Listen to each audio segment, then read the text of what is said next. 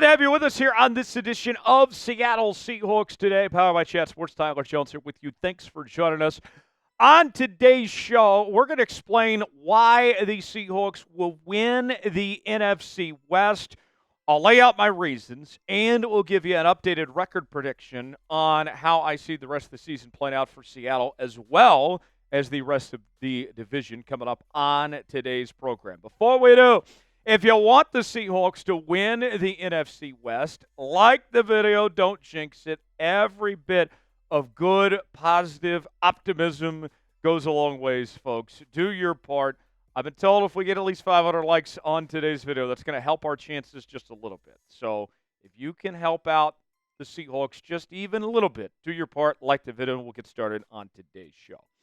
So after Week 7, as we head towards Week 8, we're getting pretty close to the halfway point in the year, and we've seen some crazy shenanigans go on. The Seahawks started with a 3-0 start to the season. Then they lost 3 in a row, and then they bounced back with their best win of the season against the Atlanta Falcons, and that puts them at 4-3 in the division race. And you look at the rest of the division, it has been pretty crazy so far. I was watching TSN last night, the Canadian Sports Network, with Luke Wilson, former Seahawks player.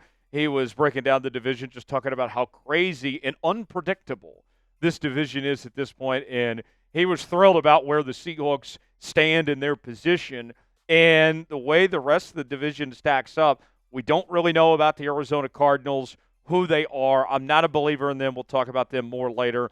The Niners have all sorts of issues that they're dealing with. We'll dive into those. And then the Rams, there's a lot of talk about them already being sellers at the deadline, giving up on the season at this point as is. So how will this division play out? Let's break it down one by one. Let's actually start with the 49ers. And I think this Niners team is in a bit of turmoil right now. This was the team that was favored to win the NFC entering 2024. And they got a lot of issues right now. They just found out that their star receiver, Brandon Ayuk, who they paid all that money to just a few weeks ago, is out for the season with an ACL and MCL injury. And that Niners receiving core as a whole just hasn't played as well as what we've grown accustomed to for that San Francisco 49ers team. And then you look at the quarterback position. Brock Purdy, I think, has been exposed. As I have told you a lot on this program, when it comes to Brock Purdy, he is a good quarterback, but he is not a franchise quarterback. And I think that when you look at the Niners situation, I am hoping that they give Brock a long-term deal and they keep him around for a long time, because you think about this, he's not playing great in an offense that is set up for him to succeed, because he's not getting paid a whole lot of money. They're divvying up that money elsewhere, and if you pay him, then that's going to take away from everything else, and I think that team would get worse from there. And with that said, what are the numbers for Brock Purdy this year? Well, he's already thrown 7 interceptions, 9 touchdowns. His completion percentage, remember, the calling card for Brock Purdy was all about his accuracy, right? Well, he hasn't been that accurate this year. His completion percentage is around 64%. And their best offensive weapon, Christian McCaffrey, who they've been without for this entire season, there's no sign of his return anytime soon. So what the Niners are going to ask of Brock Purdy down this home stretch is, hey, we don't know when McCaffrey's coming back. Brandon Ayuk's gone. We need you to carry this team. And I don't think Brock Purdy's up for that challenge. I think that this is a bad situation for the Niners, and they got some tough games coming up as well. They're going to be very tested in the coming weeks ahead. I think that there's a lot of problems right now with this Niners team. Are the Niners frauds? I think they are. I think this San Francisco 49ers team, the downfall has officially begun for this organization. What do you guys think? Are the Niners frauds? Y for yes, N for no. Weigh in our pinned comment today. Let us know what you think. Today's show is sponsored by Prize Picks. Prize Picks is the place to go for daily fantasy made easy. Here's how it works. You choose 2 or more players on any given category, get the choice of more or less, whether you're talking fantasy points in football, rebounds in basketball, goals in hockey, home runs in baseball, all sorts of different categories to choose from. And I'm looking ahead to the start of the basketball season, which begins tonight. And I got Anthony Edwards to have more than half a point. That's a gimme. I also got Karl Anthony Towns to have less than 21.5 points. If I put $20 down and both these hit, that turns into $60 on Prize Picks. And Prize Picks is offering a great deal right now, folks. When you spend $5, you get $50 to spend for free. You don't have to win to get the money. It's a great deal from Prize Picks. Go to prizepicks.com/SaleAtS, promo code SaleAtS. The link is in the comments and the description of today's video. Prize Picks, proud partner of Seahawks Today. Now, let's talk about Seattle's situation. I am of the belief that the best football is still in front of this Seattle Seahawks team, and there's a few reasons why I believe that is the case. Let's start on the offensive line. Mike Gerald this past week was fantastic for the Seahawks in his first career start at the right tackle position. I thought he was a tremendous upgrade from what we've seen from Stone Forsythe. You might get Abraham Lucas back. I'm not getting my hopes up, but at the very least, that situation looks a lot better now. And Charles Cross has been playing very good at the left tackle spot. So you can feel very optimistic about where this offensive line is going from here. Defensively, you're going to get Reek Woolen and Trey Brown back pretty soon. And that will do wonders for that corner room, which is very short-handed right now, to get those guys back in the rotation, get them healthy again. So that will certainly help.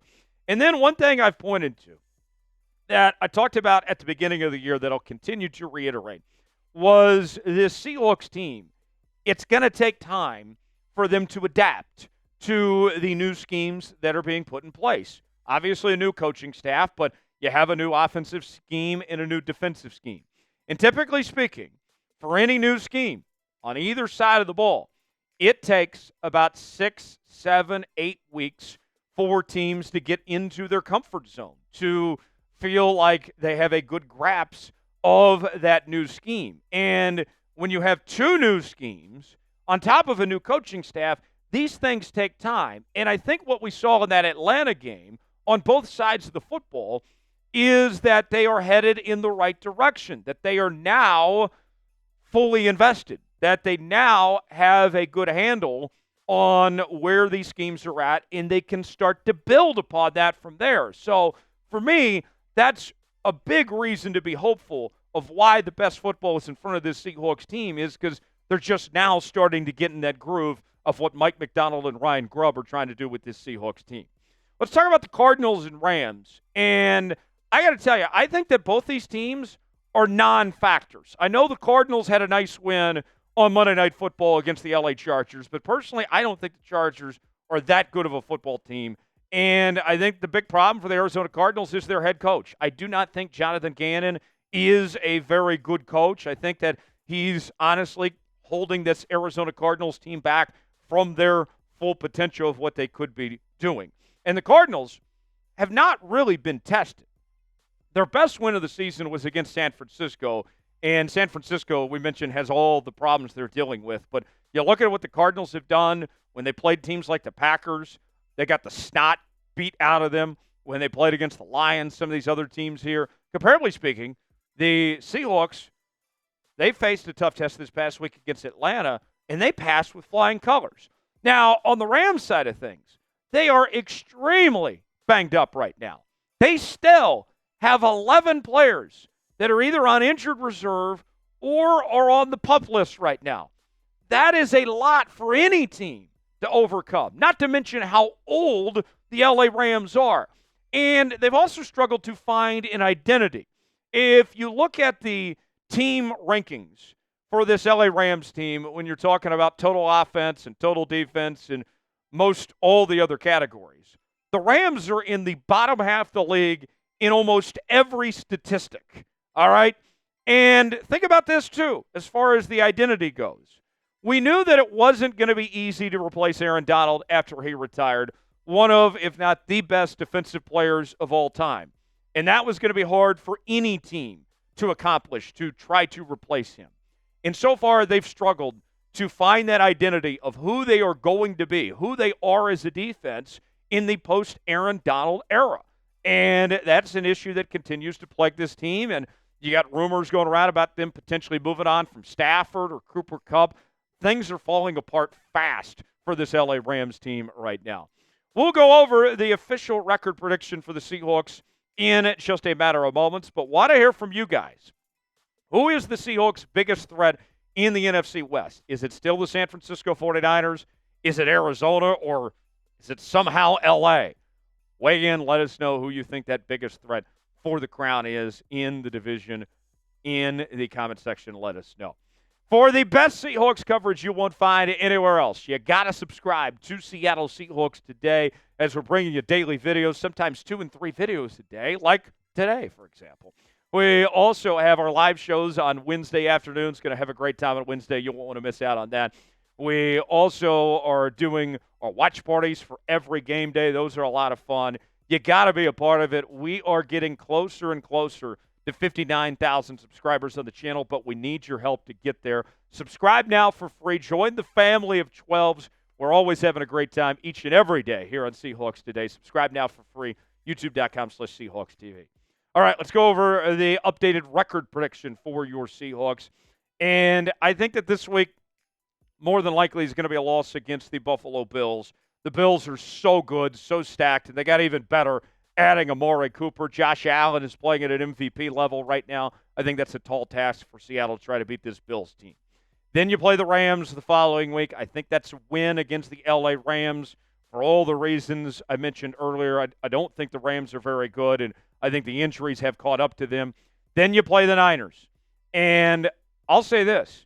The Seahawks, when they lost to the Niners a few weeks ago, a lot of it was self-inflicted wounds where they got in their own way.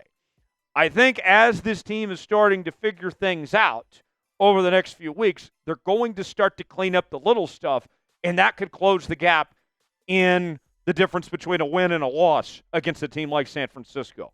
Then you play the Cardinals, and how about that? You win 3 straight divisional games, and that feels pretty dang good as you come back home to take on that Cardinals team. The Jets are a hot mess right now. Everybody knows that. Aaron Rodgers has been up and down. You bring in Devontae Adams. You still have Garrett Wilson, Breece Hall. They've struggled to run the football. Even their defense, who was supposed to be all that in a bag of chips, hasn't necessarily lived up to the hype of what was expected. They've already made a coaching change. The Jets have so many issues. If the Seahawks somehow lose to the Jets, then they got some real problems, but I think they should win that game. Then you play the Cardinals again on the road. I expect them to beat the Cardinals a second time and win that game.